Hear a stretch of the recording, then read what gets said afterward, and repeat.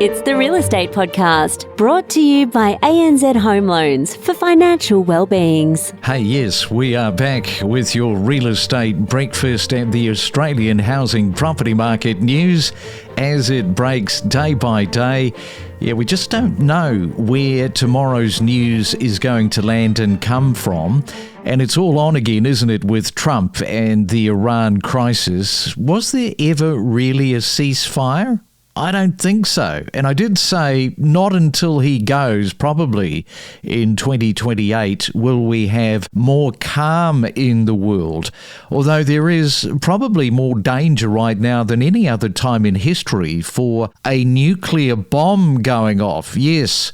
Some of the expert psychologists around the world say that after the November midterm elections in the US, Trump is going to be stripped of power with the Democrats taking control of the House and also possibly the Senate, leaving him a lame duck president. However, the one thing that Trump has still got is the nuclear codes. And one psychologist, as scary as this sounds, says that he thinks that Trump wants to press the button. And if you don't believe it, I guess just wait, because the same psychologist says something is coming and it won't be good. Yes, so is Trump going to leave his footprint with a nuclear button push? Let's hope not. It is a Monday, July the 13th. If you're getting a year older today, happy birthday to you. Harrison Ford is joining you. He's turning 84 and Patrick Stewart is 86. And since we are in FIFA mode, it was on this day back in 2014, Germany defeated Argentina to win the FIFA World Cup. Can you remember that? Let's look right now at the Melbourne rental market. Are you trying to rent? What are you seeing in that space right now in that whole process? Because rents are now rising faster than anywhere else in the country, and there's growing debate about why. Is it higher interest rates, government policy, a shortage of rental homes, or is it a combination of everything hitting the Melbourne property market at once? It reminds me of that movie a few years ago called Everything Everywhere All at Once. That seems to be Melbourne as we take you to Melbourne right now. We are joined by Jennifer Beveridge. She is the Chief Executive at Tenants Victoria. Yes, welcome, Jennifer, to the Real Estate Breakfast on this Monday morning. I see that Melbourne's median weekly rent has climbed to $600. That is up 3.5% in just one quarter. Well, it's just over $1,000 a year for tenants. Are we seeing, do you think, the start of a much bigger rental affordability problem across Victoria? What's going on? Good morning, Craig. I think your earlier description of everything everywhere all at once might be applicable in this situation too. We don't know why the rents are going up so much, except to say that demand is very high and availability is low. Renters are telling us constantly that they're struggling to find places to rent when they need to leave. And as you say, $600 a week as a median rent is a lot of money to be paying. Yeah, for sure. And as we say, it's just going up more than anywhere else at the moment. Property investors say that rising land tax, higher interest rates and recent changes to negative gearing and capital gains tax are making rental properties more expensive to own. This is a real big debating point, isn't it? Because if investors' costs keep rising, do tenants inevitably just end up paying the price? Well, I think the question about the law reform that we've had here in Victoria increasing costs is a valid one. We have had a lot of reform in Victoria. I would put to you the other perspective on that though. And if landlords are finding that their costs are increasing so much, that would indicate to me that they were offering as housing to someone was below standard. We're not talking about significant luxuries in homes. We're talking about properties meeting minimum standards. toilets being able to be warmed, having doors and windows that close properly, appliances that work. If it's costing a lot of money to upgrade properties to do that, to meet those requirements, I think that's a reasonable thing. There is a cost that comes with any sort of investment. Housing is an expensive asset to own, and it needs ongoing and, at times, considerable investment. I guess, in your position, it is a tricky one. As I said, you're from Tenants Victoria. There's a lot of politicking going on, I would imagine, in your position, talking to government about some of the concerns. What are some of the sort of talking points around that you've been actively engaged with in terms of saying, well, this situation is getting worse under your watch? Well, for many renters, things are improving here in Victoria. Let's put the cost aside. The rights that renters are now able to take advantage of are much better improved. We've got Dispute Resolution Victoria that's now offering an easier way for renters and landlords to resolve their problems. What we see at Tenants Victoria over and over again is complaints about repairs not being done. And we're not just talking, small repairs here. These are significant repairs that have often been going on for a long period of time before the renter will make contact with us. We're talking things like switchboards that aren't working properly. We're talking about cooking appliances. We're talking about significant mould. We're talking about plumbing issues. These are big things that need to be addressed, and it's one of the significant things. 30% of us live in rented homes. These aren't little things that when they're not repaired, you can live with. So this is one of the big things that we've been talking a lot to government about. How do we ensure that the homes that renters in our community live in meet the standards that we expect in this day and age? Yes, because investors, and I know that I've had this conversation with you before, it is the rogue investors. I mean, you're a good investor. They don't like when a landlord is not replacing things that need to be replaced.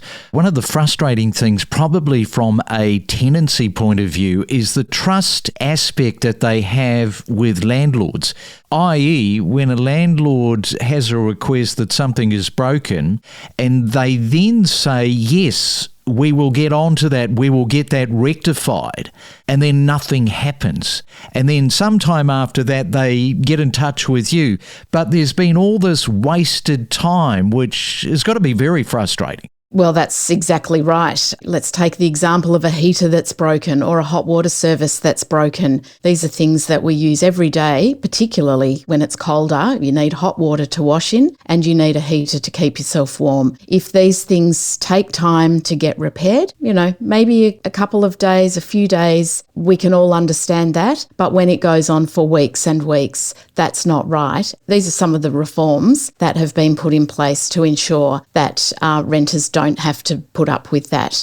We are talking to Jennifer Beveridge from Tenants Victoria. When we come back, we'll continue with the conversation, especially behind every rental statistic is a personal story. We'll dive into that next. Stay ahead of the competition with the latest news, insights and data analysis on the Property Podcast that keeps you informed. We don't just report on real estate news, we take you to the source of the information. We produce more property podcasts every week than anyone else. We are your trusted guide for all things real estate. Hey, this is interesting. A new Finder survey of more than 1,000 Australians tells us that 31 years of age, that is the age that most people think that it is time to move out of mum and dad's place. But is that realistic in today's property market? I mean, personally, I think it's crazy that somebody is staying in the family mum and dad household until 31. I moved out at 16, but probably a different environment when I left home at 16 years of age. Now, with rents at record highs, which is what we're talking about this morning, home prices still out of reach for many, right? And the cost of living, that continues to bite week by week. It gets more expensive. More Australians are moving back home to save for the wretched deposit on a house.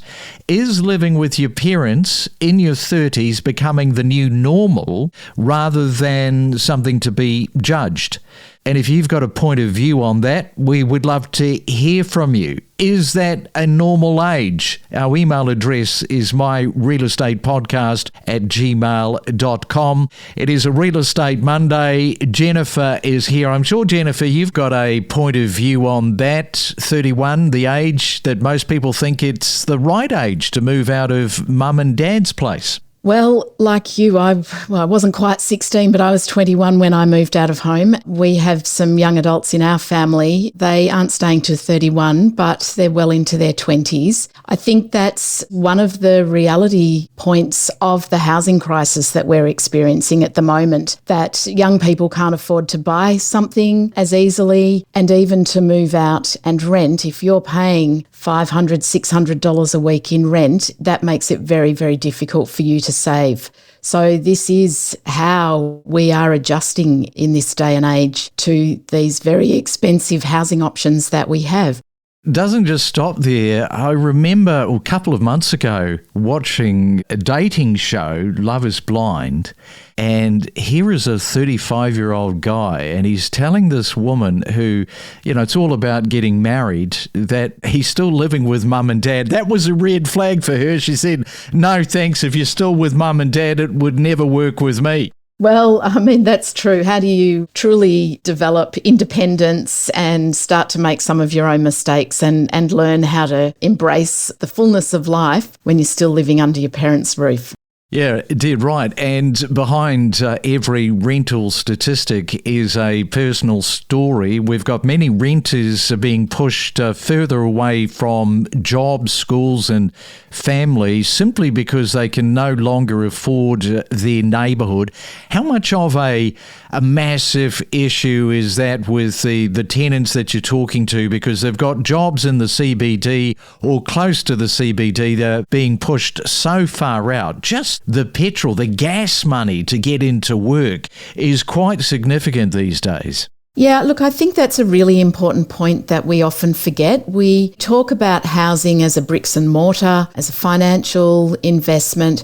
We often forget the people who this relates to. And it is people who have jobs nearby who then do add an extra 20 minutes, half an hour to their commute to get into their job. We think about families who then become dislocated from their communities because their kids have to change schools, they might have part-time jobs, they've definitely got friends nearby. So I think there are lots and lots of aspects to be considered in the fallout of expensive housing. As people move to find something that is more affordable, all of these other connections and roots that they've put down in their life are disrupted, and perhaps it prevents them from doing that in the next home that they find.